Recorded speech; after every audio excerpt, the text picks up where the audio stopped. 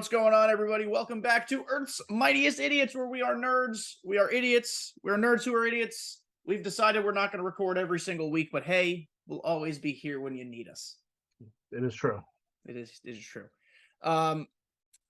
Action-packed episode today, I guess you could say, but I would imagine every podcast you listen to would tell you that it's an action-packed episode. So just be excited. Be excited with us. We have things to talk about. Nerd World is fun. Before we get into the crux of the episode and all of our things that we always do, I have two shout-outs I'd like to make. I did not tell you about these well, this is a third shout-out even. Happy birthday. Oh, thank you. Birthday was several days ago. 21 years old, if you couldn't have guessed. So 21 plus a few, but it's fine. First shout-out.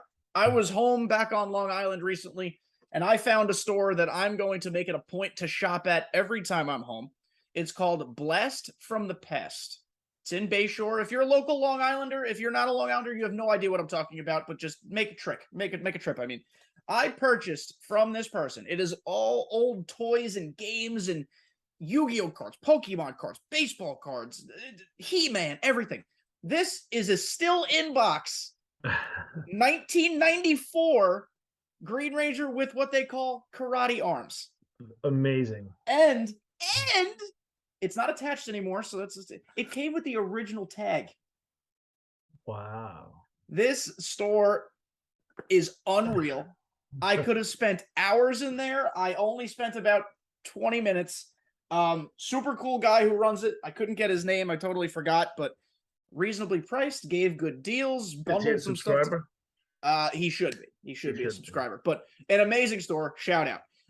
Secondary shout out. Not a sponsor, should be Taco Bell. I had a Crunchwrap Supreme on the way home from work today. Right they're very good. If that is not a top 3 of all time fast food invention, I don't know. The Egg McMuffin, the Big Mac, and the Crunchwrap Supreme, like, is it in my opinion, that's it. Yeah. You could make some arguments for some other stuff, but I don't know. Crunchwrap Supreme is just a dandy of a food item. Okay. I'm a fan of the Nachos Bel Grande. I'm a big fan of that. I like the cheese quesadilla. But see, now, great things. But the things are with those are not revolutionary. They're nachos and they're a quesadilla. The Crunchwrap blew everybody's minds. Like, oh my God, it's a taco. Have you had the AM Crunchwrap? The sausage AM Crunchwrap? It's good. I don't like their eggs as much, but it's good. This is, if you're looking to eat the official rich AM Crunchwrap, you have to do it this way. Okay, here we go. Sausage AM Crunchwrap. Ask for an extra hash brown inside and go extra sauce. It will feel like a brick. So it's runny but crunchy at the same time. But it is amazing. Taco Bell is just A+ items all around.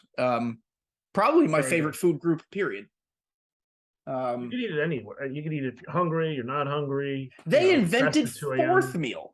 Fourth meal didn't exist until then. It's like hobbits, second breakfast. That's breakfast. It's dinner, it's supper. So shout out Taco Bell, friend of the show. I know you're watching, Mr. Bell. Mr. Bell, please give us money. And free food mostly is what I care about. So nerd shirts, what are we rocking today? What are you wearing across your body? I'm rocking an old Batman shirt. Oh, there he is. Like a collage of different comic book imagery, making the iconic bat symbol. I like it. We like it. I like it. I believe I have worn my Green Rangers baseball jersey, but now I'm wearing the white one. The white tiger. The white tigers. We got some logos and such. Nice. Extremely comfy. Now was the white tiger. Which one was that? Was that Tommy's other Zord? Yes, that was after he was green. He became the white one. And then he became a red one, and then he became a black one. And that's it. But he's been a lot. I've actually, since you're the Power Ranger expert, I have a couple questions about the Power Rangers. Sure. Also, 30th anniversary special is coming this year. Can't wait. Or next year, rather, 2023. Do they ever acknowledge why there's so many variations of the Rangers, like Zeo and Time? Yes. So this has happened very recently within the new shows. The new shows, admittedly, not always as good as the older ones. Maybe it's nostalgia. Maybe they're trying too hard to kid it up. Like, if that makes sense, like they're making it too bland. But recent seasons, just like every other nerd outlet in the world, they're doing the multiverse a little bit more. Either Okay. these Rangers exist in a different dimension, or we're in the future now, or alternate timelines. It's very interesting. Children who are watching it for the first time are probably incredibly confused, but me as an adult who pays attention thinks it's pretty damn cool. So yes, 30th Okay. anniversary coming in 2023. Very excited. Yeah. Okay. Question 2. Yes, question 2. Did they ever explain why, when they summon the Zords, they immediately form into the Megazord? They don't like battle with them individually. Like, you don't ever see the Tyrannosaurus just attack on its own, or they immediately form together. Yes, I've thought that several times. There are some forms of the individual Zords that have fighting capabilities that on occasion you'll see them, if there's like 5 enemies, then they'll all split up and do their own thing. Or some of the recent seasons, they have more utility. Like one is a rescue helicopter, or one like they'll do like more quote unquote Because like in civilian. Voltron, which is Yes, they fight. I am to Voltron what you are to Power Rangers. Yes. I love Voltron. Yes, Voltron But is those great. I lions, also love Voltron. yeah, the lions would often fight on their own for quite a while, and then when they would start getting their butt kicked, then the decision would be made to form Voltron at that point, and then Voltron would do Yes. them dirty. My unofficial response is that most of the time in their individual forms, they are more pesky and they don't really have like the power to finish things. Okay. So by coming together with teamwork and love, they all look like that's they how they jog save the together day. when they come out. They all kind of jog together, like power walking when they They come do. out. Yes, well, that's because until recently, when they started using computer animation, which I don't like because I think it looks silly, they were literally the toys being filmed. Oh yeah, no, you can definitely see that. You can definitely see that. Yes, which I think is cool, and it's tacky, sure, but like I think it's cool. Okay, I think that pretty much covers my questions for now. I'll have more. Yes, of course. So we're going to talk today about a few things. Andor, which neither of us are current on. I have yet to even start because I've been a busy boy. I've seen the first episode. First episode, so we'll talk about that. We're going to talk about She-Hulk up to episode 7. We've watched, both of us have watched episode 7, so that means there's 2 more left. I feel like we've gotten nowhere, but we'll get there. Black Panther trailer, we'll spend a minute or 2 on. Hugh Jackman is back. I'm so excited. And then we'll go battle some random battle of stuff. So, would you like to kick us off with Andor? Because I feel like that is the most topical show out there right now. Yeah. Again, I've only seen the first episode, so take it with a grain of salt. And this is a spoiler-free review, by the way. Yeah. There's I won't say anything because we also don't want to. I don't want to be spoiled by it. It's definitely taking its time with building what's going on. I think arguably it's a bit of a snooze fest. The first episode is good. It's well written. It's beautiful. You can see the budget, but it is definitely slower paced. And I think part of the reason for that is it had already got renewed for a second season before the first ever came out. So I think it knows it has time to build. Yeah. There's some new characters and new planets. And my problem with Andor, again, I'm sure I've only seen the first episode and I'm going to see all of them because I'm that committed and I'm sure it's great. The writings seems better. But my problem with it is that Andor is not particularly a character I really cared about in any way, shape, or form. Like in Rogue One, he served his purpose. We didn't really need to know more. He honestly wasn't even that likable in the movie anyway. And he was kind of like not a throwaway character, but like I didn't feel invested in him.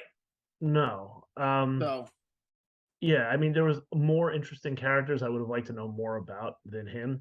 And I think the other risk with this also is that when you set a show before the movie, which came out, 5 years ago, 6 years ago, whatever it was. Ballpark, yeah. You have to watch the age of the actor. He can't look older than his appearance in Rogue One at any point. And no, I didn't really care about his background either. That's part of the problem. So I feel like I'm doing it. I'm hoping it gets better, but I think Star Wars needs to make the jump from, no more Towards prequels, no more Empire, no more, go. I think they need to just commit and go full forward, new universe, new characters. You can get away from continuity problems that way. No Jedi, no Sith, and the universe is massive. Not everywhere heard of the Empire. You could do something completely brand spanking new with no continuity problems. And it's I think what the Mandalorian has shown, although it's leaned on the nostalgia a little bit more recently. hmm You don't need the Jedi to make the show work. No, You don't need a lightsaber to make the show work. You just just need the blasters. you Pew need the pew. tropes, you need the atmosphere, you need the feel of Star Wars. You need Yes. to film it the way it should be filmed. And then you'll have Star Wars. Uh I'm not saying it's not a knock on this show. I'm sure it's, like I said, I'm only on the first episode. I'm sure I'm gonna hold all my criticisms, but um, I'll let you know where I'm at on the next show. So I have two follow-ups to that. How long are these episodes? Are we talking 30 minutes, an hour? Where are we? I think the first episode was like 45 minutes, maybe 50 minutes. I think it was just Okay. under an hour. Because I liked that sometimes the Mandalorian episodes varied. Some of them were 45 minutes, some of them were 30. And I liked it because it was just the amount of time necessary to tell that particular story. And I don't care if they're not the same every time. Yeah. So I would like to see Andor do that if that's the pacing. Like if they pace it correctly, the script will tell you how long it needs to be. Yeah. Second question. It's still early, so you might not be able to answer yet, but does it feel like Rogue One? Because I loved the feel and the tone of Rogue One. I loved it. No, it doesn't at all. That's not okay. Yeah, it does. And I'm not saying it won't. But the first episode, okay. Well, they released what, the first 3 episodes together or the first 2? Yeah, it debuted with the first 3 episodes. So I would argue then that the intention was that you would watch all 3 within a sitting or 2 because they are clearly a group of episodes. Yeah, it needs to pick up, maybe the second episode will be like nonstop action or whatever. But this was, they introduced a new droid, which is, is he a funny fella? Not a lot of Empire stuff. You don't really see any of that kind of stuff. It's just really world building and going into. I'm not, whatever. You'll see it, but I'm hoping the second and third episode really, start moving because it does feel longer than it is. Yeah. How is so far the acting? Because as good as Obi-Wan ended up finishing out, we had some issues with some of the actors and actresses and like how not great they were. Yeah, I think the acting in this is much better than typical Star. Because there's a certain sense of when you're watching Star Wars, you immediately accept a lot of things. Yeah, you're not getting Gone with the Wind. You're getting Star Wars, and so the acting is usually a little corny, a little whatever. This seems to be, to put it in a non-condescending way, written by an adult. Okay. You know what I mean? Yeah. So the acting is better. Yeah, and I think Diego Luna is actually one of the producers of the show. So Castian himself has an active part in the production. Got it. Okay. Well, I am looking forward to watching Andor. Disney Plus Star Wars rarely misses. So I think in the end we'll be fine. I don't remember off the top of my head the episode count that it will end at, but like you said, there's episode 2 anyway, or season 2 anyway. So randomly, I know I'm a little off time with this, but I forgot to give a shout out. I want to give a shout out to the Meta Quest 2. Meta Quest 2. Yes. Kenny did break down and buy. I purchased one at my encouragement. Yes. The Quest 2, and we've had a little fun adventuring in dungeons and dark places. What's your thought on having now experienced it? I was cyberbullied into buying a Meta Quest 2. Absolutely. It's super, super cool. It is almost trippy. I've never VR'd before owning this. Not even like for fun for 5 minutes. Like never once. A little trippy at first. Super cool. We play the offshoot of Dungeons and Dragons, and it's a lot of fun. And you could put yourself at like eye level with your character that you're controlling. So I very much enjoy it. It is a good bonding experience, and it's a good strategy game. And the fact that it's controlled by a virtual DM, yes, there are some drawbacks because maybe it does lack some creativity at some points. However, I like how everything is automated.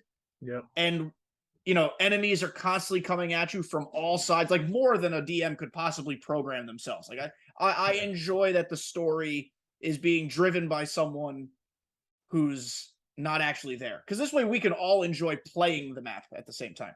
Yeah, I mean the story isn't involved, and you're not going to have dialogue with the enemies who are trying to kill you. Yeah, but it does have that sense, despite being D. By the way, we're talking about DBO. Yes, but DBO. it does have the sense of being like D&D, but also very much a board game. Yes, So it's very fun. Highly recommend it. shout out. And we should, one of these times we should try streaming it out, because you can do that. Have Yes. an adventure. So, Yes, that would be fun. So shout outs all around. Sponsor us, everybody. We just shouted out. please do. Next up, let's talk the quick trailers that we got. Let's start with Black Panther: Wakanda Forever. So, super cool trailer. It looks like this movie is going to have a range of emotions and action, but also some solemn moments, which we should expect, of course.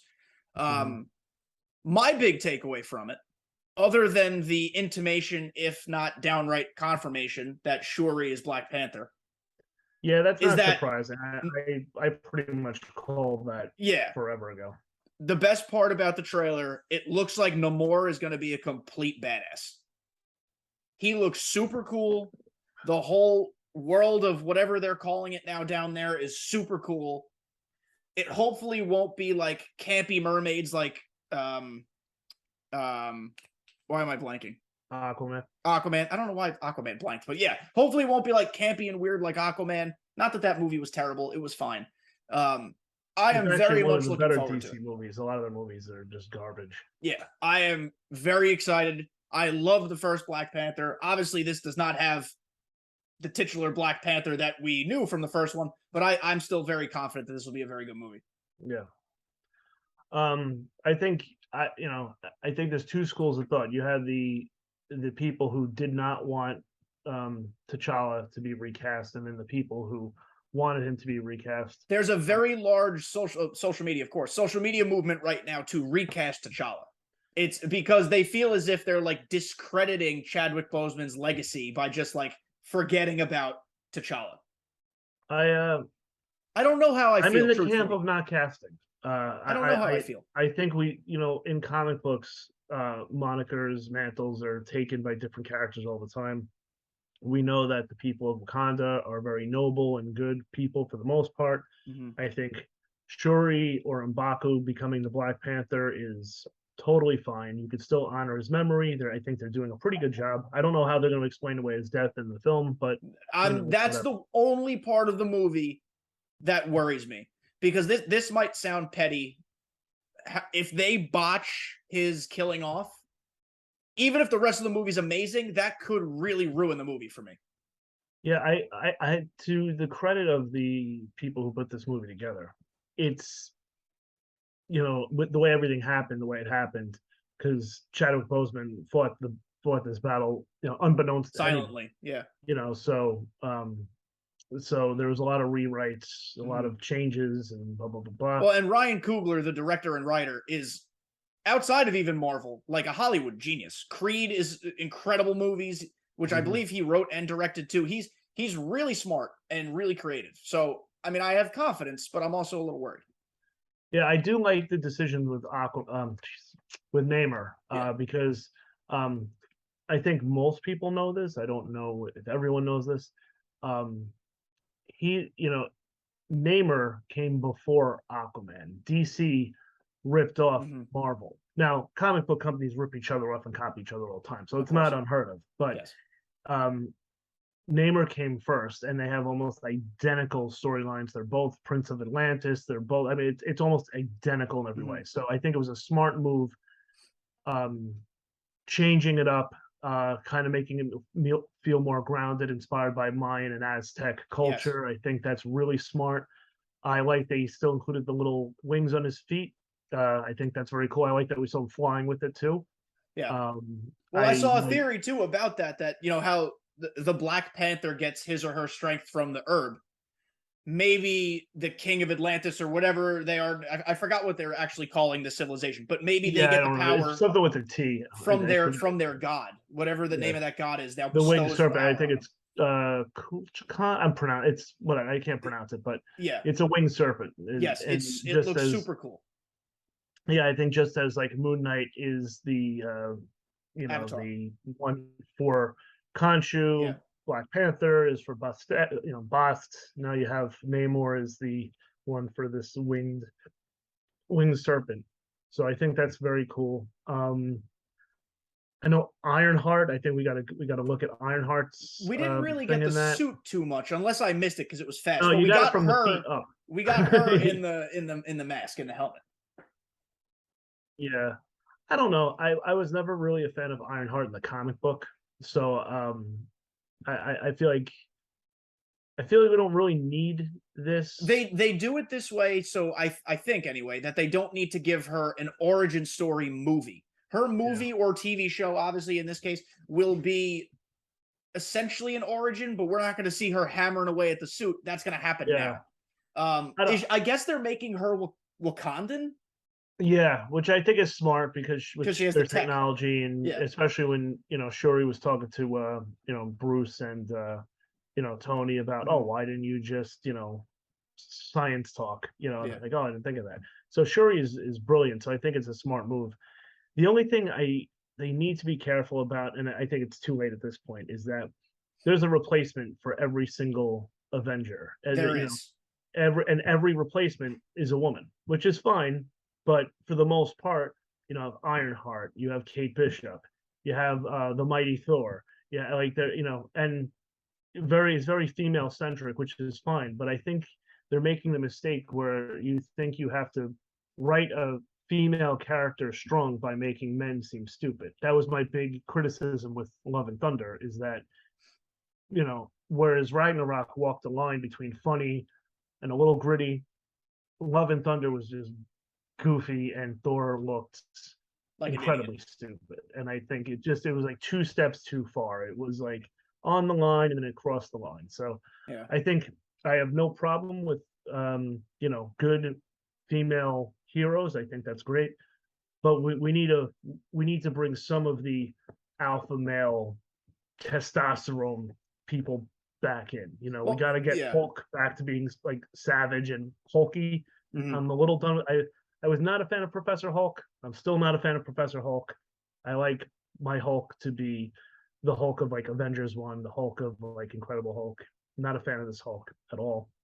And I think we need to get back to, a little manly. We can have a balance between manly man Mm-hmm. and strong woman. Sam They Wilson. don't Sam all have to be Wilson. dopes. Sam Wilson gives off that vibe. But my primary concern with the replacing of heroes, like you're talking about, is not even that it's man woman. It's that we were given not just these base level Avengers; they were all cast perfectly. And they were all awesome. And not to say that the actors and actresses that replacing these people aren't good at what they do. They mostly are. Tony Stark, Robert Downey Jr. is Iron Man. That's not saying Riri can't be. I Oh, forgot the actress's name. That's not saying she can't be phenomenal as well. But like, we all as a society know Iron Man as this person.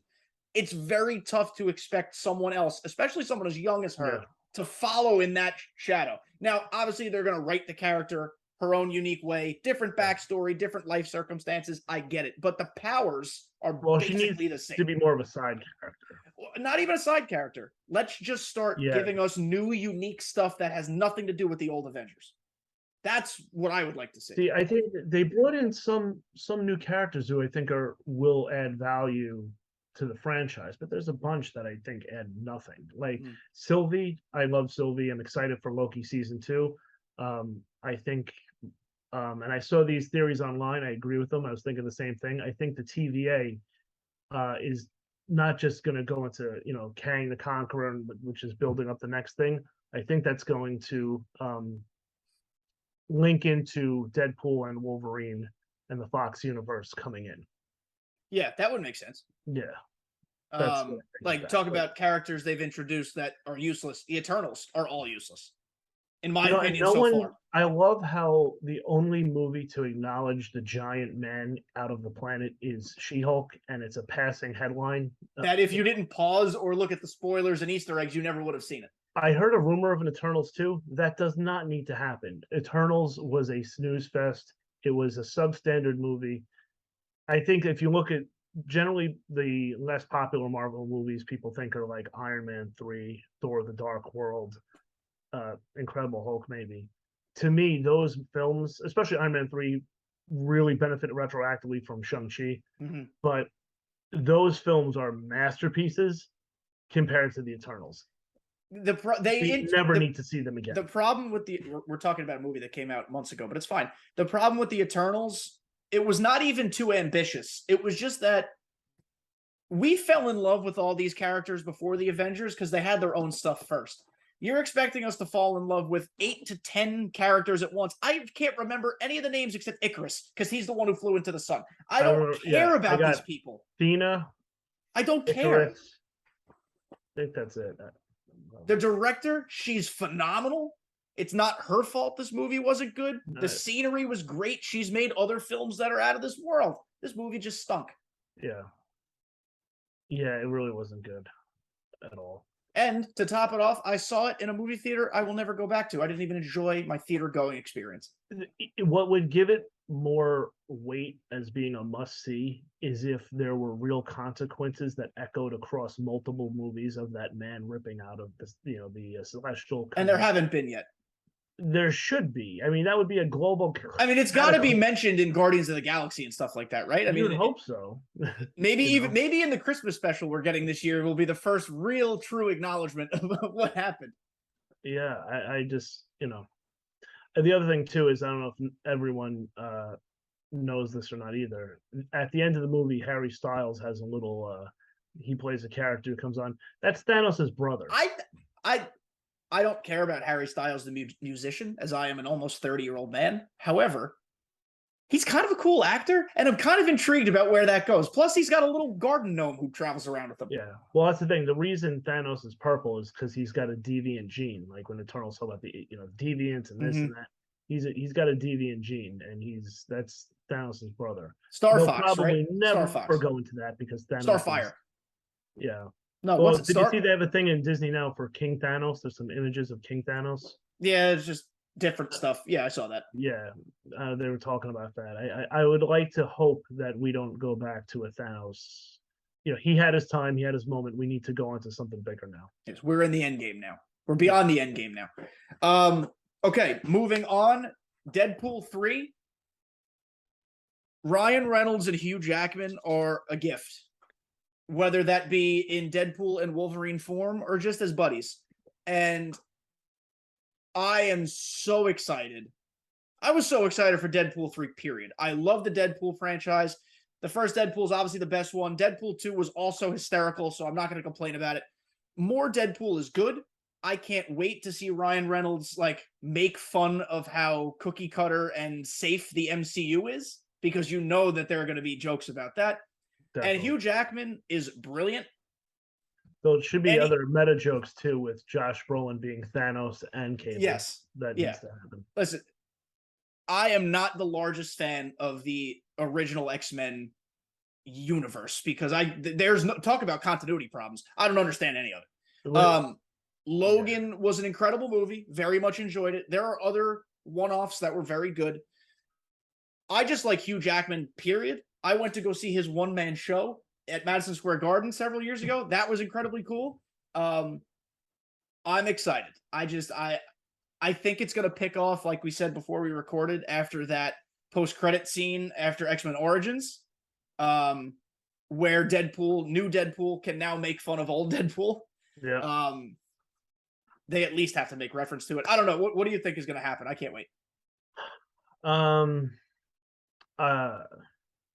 I think it's good. Obviously, we said the Fox franchise had horrible, horrible continuity constantly, and just when they fixed it, when Days of Future Past, they screwed it up all over again. So Yeah, they had Ivan Ooze at one point. That's not even in their universe. It was just it was a ridiculous mess. It was. there's a lot of theories that I agree with, that the TVA trimming the multiverse and Kang and all that stuff can totally fix the Fox continuity problems with saying that, their TVA just stopped pruning the timelines, which is how it got so wonky. And you had time travel at the end of Deadpool 2. Maybe that's, the TVA get involved there. You can bring them in. Whatever the case is, it doesn't really matter. I think Deadpool is going to be a great addition of bringing that, like I said before, the testosterone back into the franchise that it sorely needs. Same thing with having Hugh Jackman as Wolverine. I think is great. I hope they give him the comic accurate suit, or at least I think I heard somewhere that they're gonna have the yellow and blue suit. At least nods to it. I think with the way the MCU has created itself, I'm not confident they'll do the whole headpiece mask, but at least give me the rest of it. I want it. Listen, I want that mask. I know. I want the mask. It would look so corny compared to every other hero. But I feel like Feige could figure that out. I feel like I want that mask. So they've also said that this will be rated R. Yes. This is good. But there maybe this isn't accurate, but accuracy adjacent. There are levels to rated R. There's like PG-13/R, and then there's R. And Deadpool 1 and 2 were more closer to that hard R. So, and that's true. There are tiers of the R rating. Yeah. This is unrelated to comic books, but I thought this was funny. I love the Matrix trilogy. Love those movies. I wanted to pass this along to Joey, so he could enjoy these movies. Joey's my stepson. I never knew they were rated R. No idea.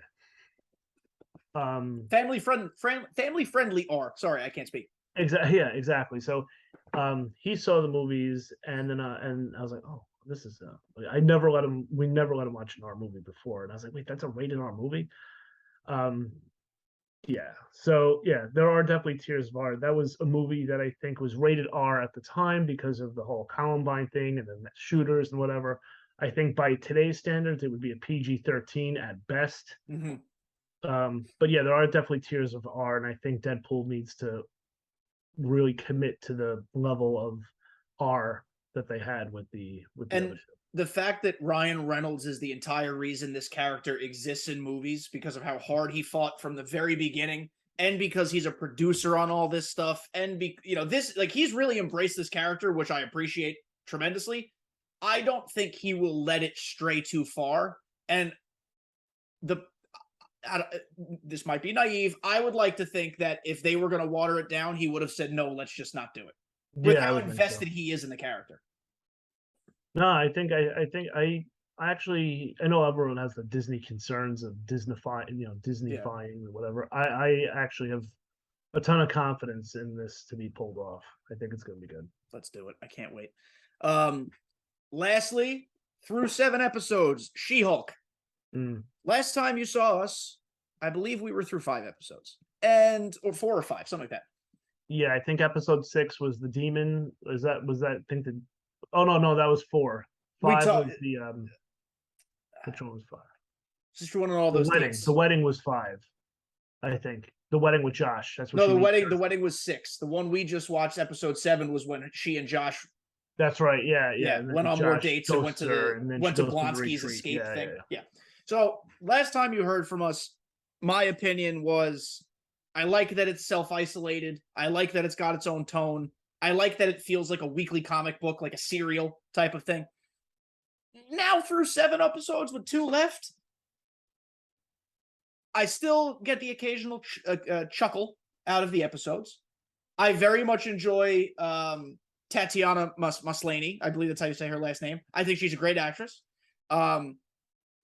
I think the writing has been kind of poor. I am concerned that we're only now at the end of episode 7, spoilers, just finding out who the actual problem might be. Yeah. You're expecting me to feel confident that within the next 60 minutes you can wrap this up? I don't know. I don't know.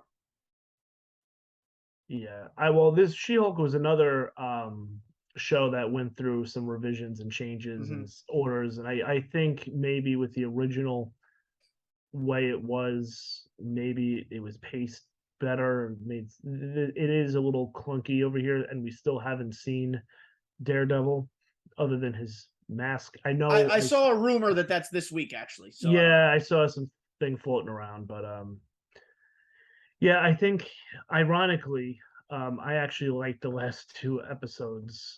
Well, not the wedding one so much, but I liked the one with Madison, which was what, five? That was five, I think it right? was five. And the retreat I thought was funny too. My The retreat, problem, but the retreat episode was good. I had no problem with it. I just yeah. feel like it should have been like an episode 4, like an earlier in the Well, yeah, season. it's a pacing problem because Yeah. now I think you either need to commit to an self-contained episode the entire way, or you need to commit to building a larger story. And if you're doing that, you need to do it properly. Yeah. It has not done that. There's still some questions I would like answered. One of them, and I've seen this a lot too.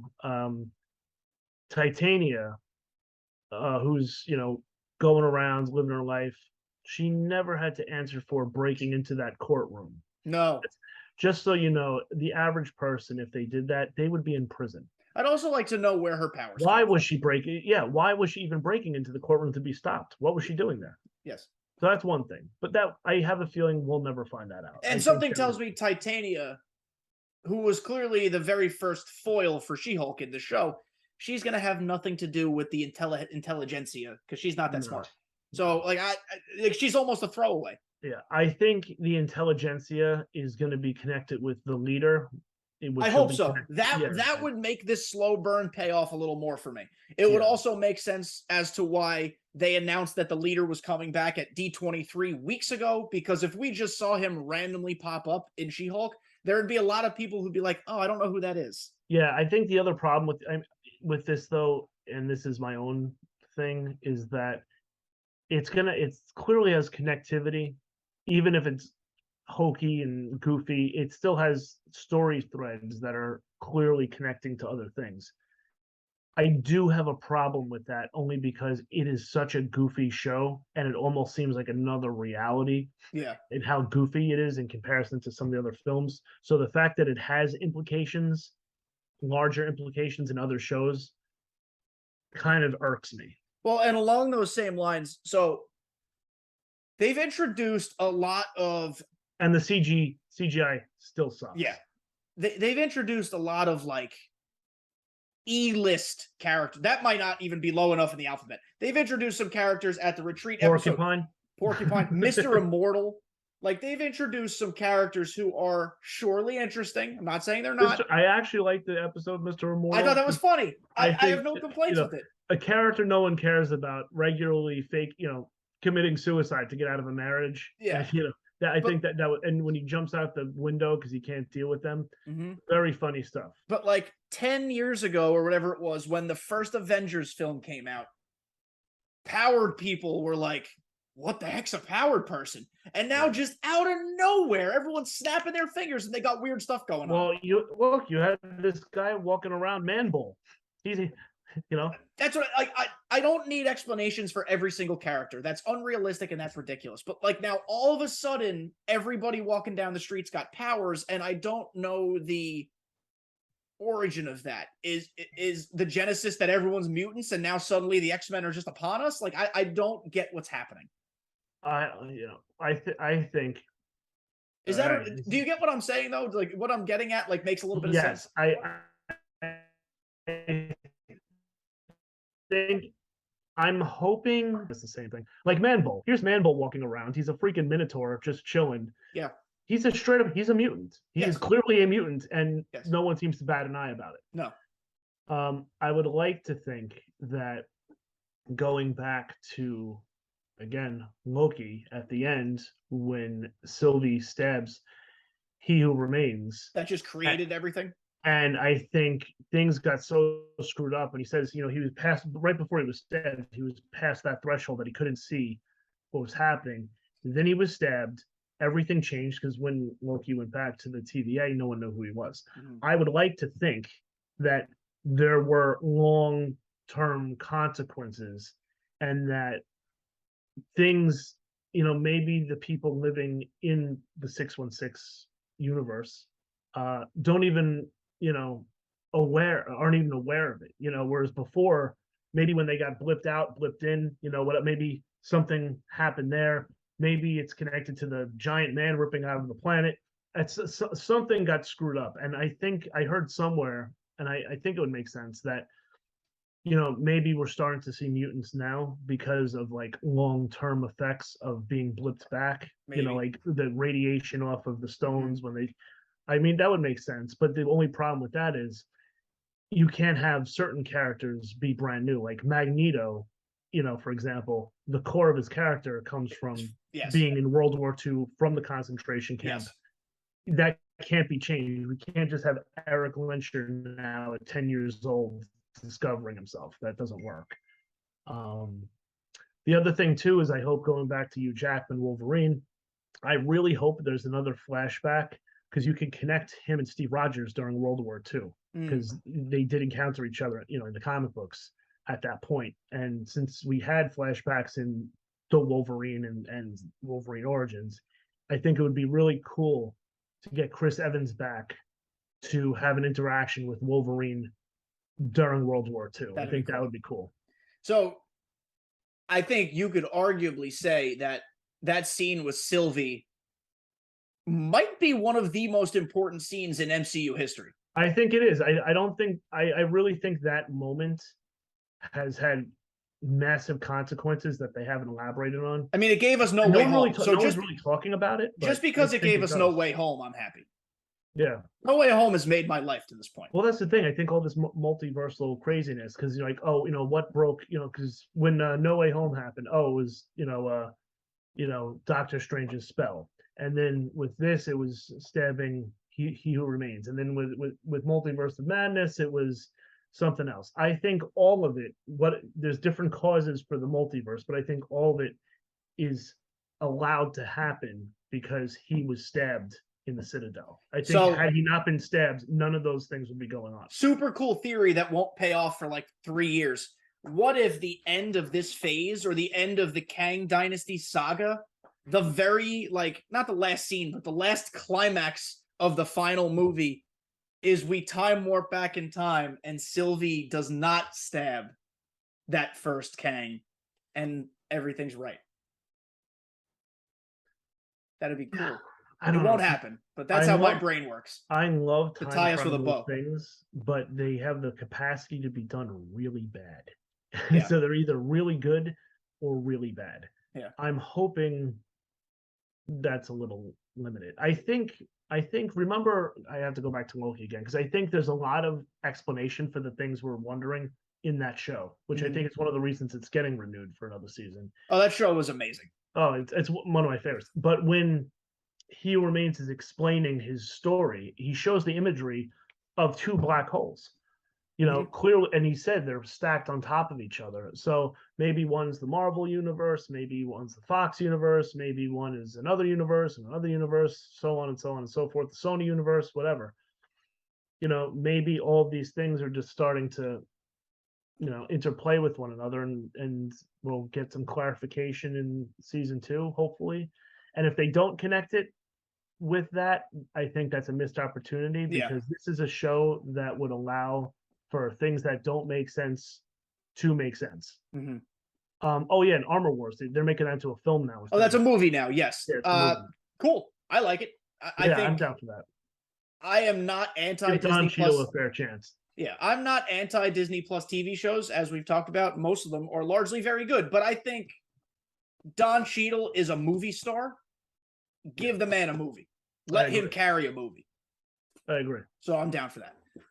Okay, it is time for everyone's favorite game, affectionately nicknamed one character that is much more overpowered will win in the end, despite my pleas for it not to. Yep. So we've got our magic lists. Would you like to choose a list for yourself or a list for me? Try and mix it up, huh? Yes. I'm going to choose for myself. Would you like one or two? I have just swapified them around. I'm gonna go with one. Okay. List one. The Spin. Okay, I'm excited that it will be a character we've heard of, hopefully. Howard the Duck? Oh, that'd be funny as hell, actually. Doctor Voodoo. Ooh. Interesting one. I don't know a ton about it, but I've heard of it, so that's good. Yeah. Okay.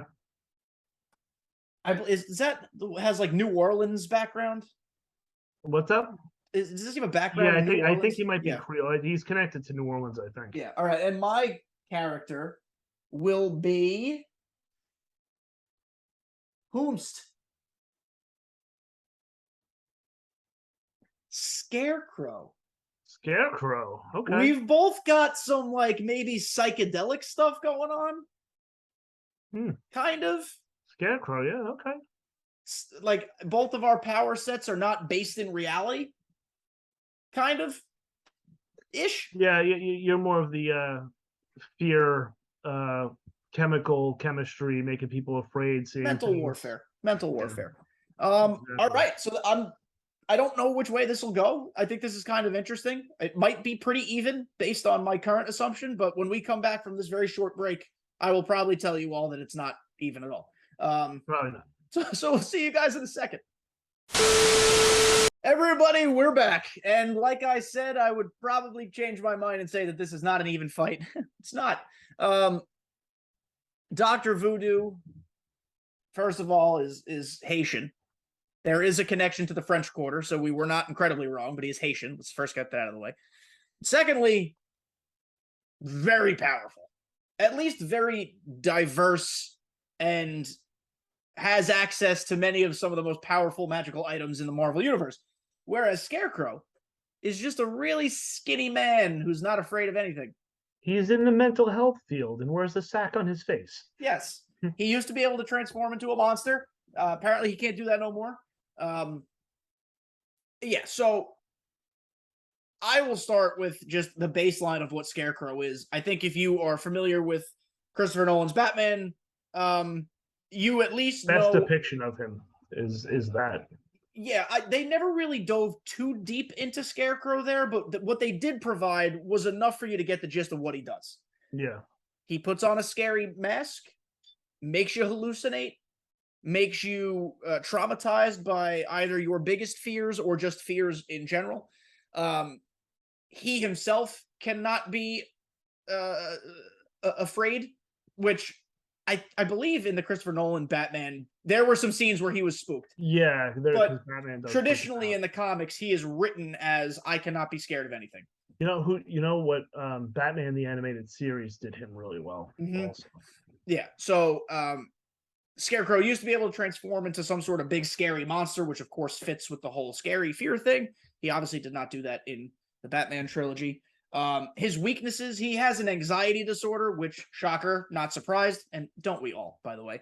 Sure. And secondly, his obsession with scaring the living daylights out of people consumes him. So it literally can make it very difficult for him to do anything else. Pros here is that his scary stuff really works. His hallucinogenic, whatever it is that he uses, is very powerful. It was the backbone of an entire Batman movie, or most of a Batman movie. Yeah. Which was a very good Batman movie. I actually, believe it or not, I like Batman Begins more than the third one.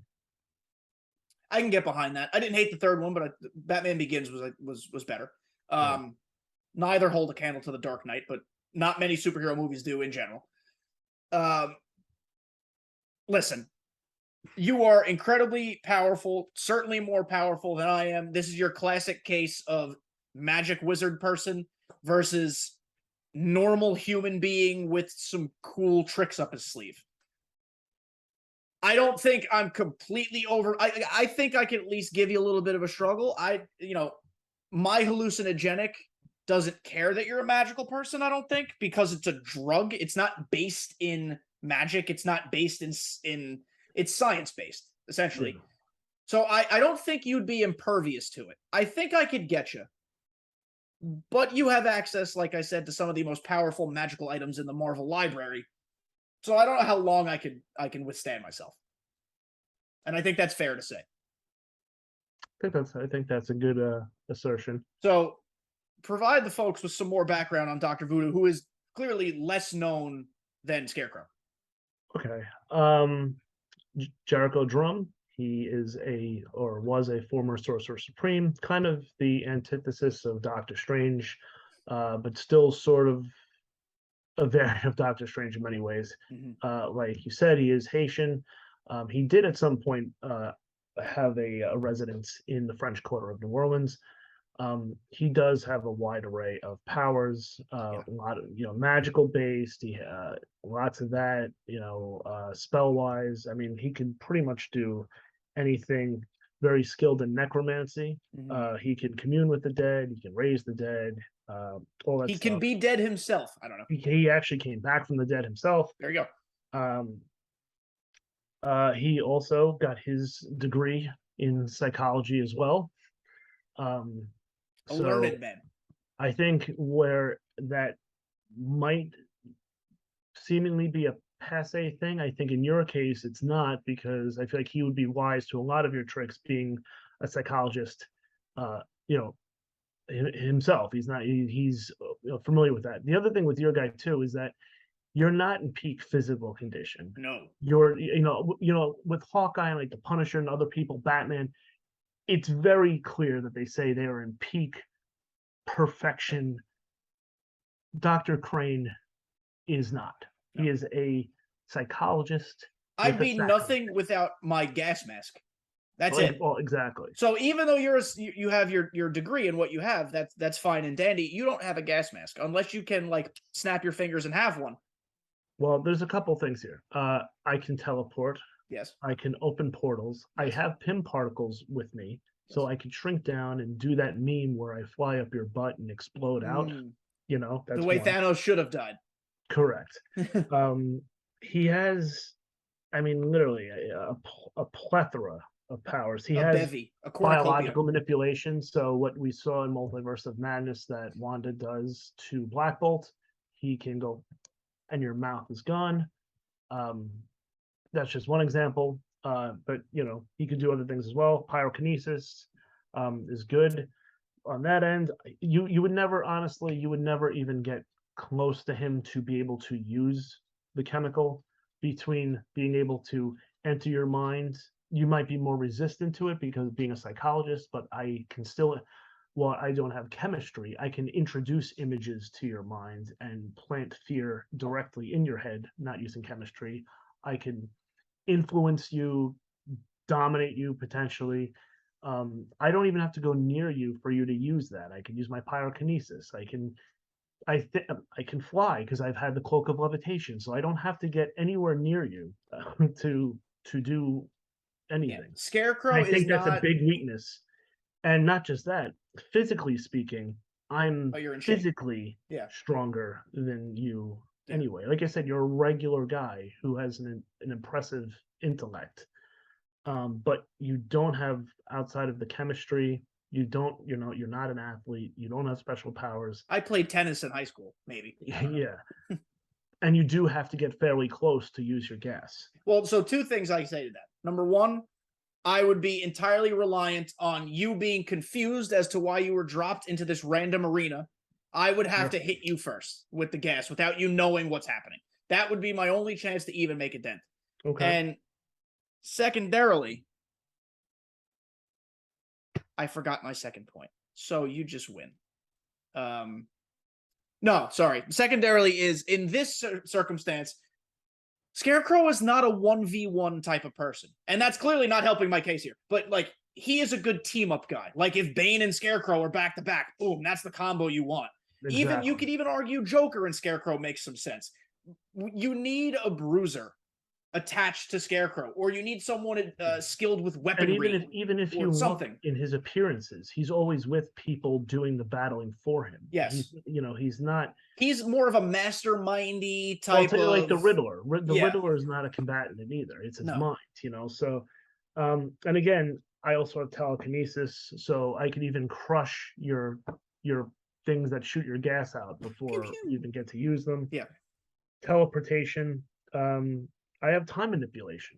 So, I could, you might do something to me and I could undo it. Or, he just has, not for nothing. I have transmutation. I could change from one thing to another, which it would include you. Mhm. And like I said before, Doctor Voodoo is in not Batman level athleticism, but he is an expert in combat.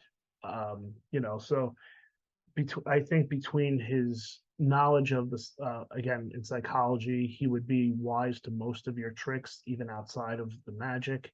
But between all his spells, between the items he's had the Eye of Agamotto before. You know, he's I don't think I think this fight would be over before it even started. And you're a hero, I'm a villain, so we know how that always works. When Sure. I lose these battles, think Thinker Galactus. Yeah. I always try plot to armor. You're only as strong as the Yeah. authors, the writers making you. I always try to offer an alternative. So to you, I'd say, hey, Dr. Voodoo, let's not fight. Let's offer a truce. Let's open a practice together.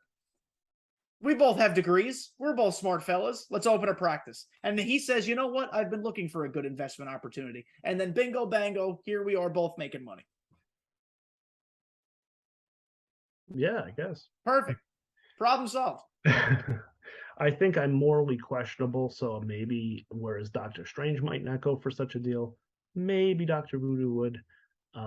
But or maybe I'll just throw you in the dark dimension and let Dormammu have you. Whatever. We'll see how it goes. Dormammu, he's a good guy, good friend. All right, so let's wrap it up. You've got dinner to cook. I've got dinner to eat. Making steak tonight. Oh, very nice, very nice. Words of wisdom to leave the folks with. What do we have prepared? Yes. So I was thinking of different quotes, and I think one of them, and you'll have to forgive me, I'm not sure who originally said this, but people make a line. Desperate people cross them. Smart people like and subscribe. Like and subscribe. I believe that was 20th century philosopher Kenny G. Kenny G might have said that. Yes. I think so. Yes. No, he didn't. But that's it. Like, subscribe. Don't cross the line unless it is to get to the other side of the street where the mouse is so you can like and subscribe. And listen, if you hate this show and you think it's terrible, like and subscribe to see how bad it gets. Yeah, like, subscribe, and ignore. All right, everybody. See you next time, where we will probably talk about the rest of She-Hulk. We'll have more Andor updates. I will be more prepared with Andor. I will try and get caught up in Andor. And hopefully his electrical box will be covered with something. All right. See ya. Adios.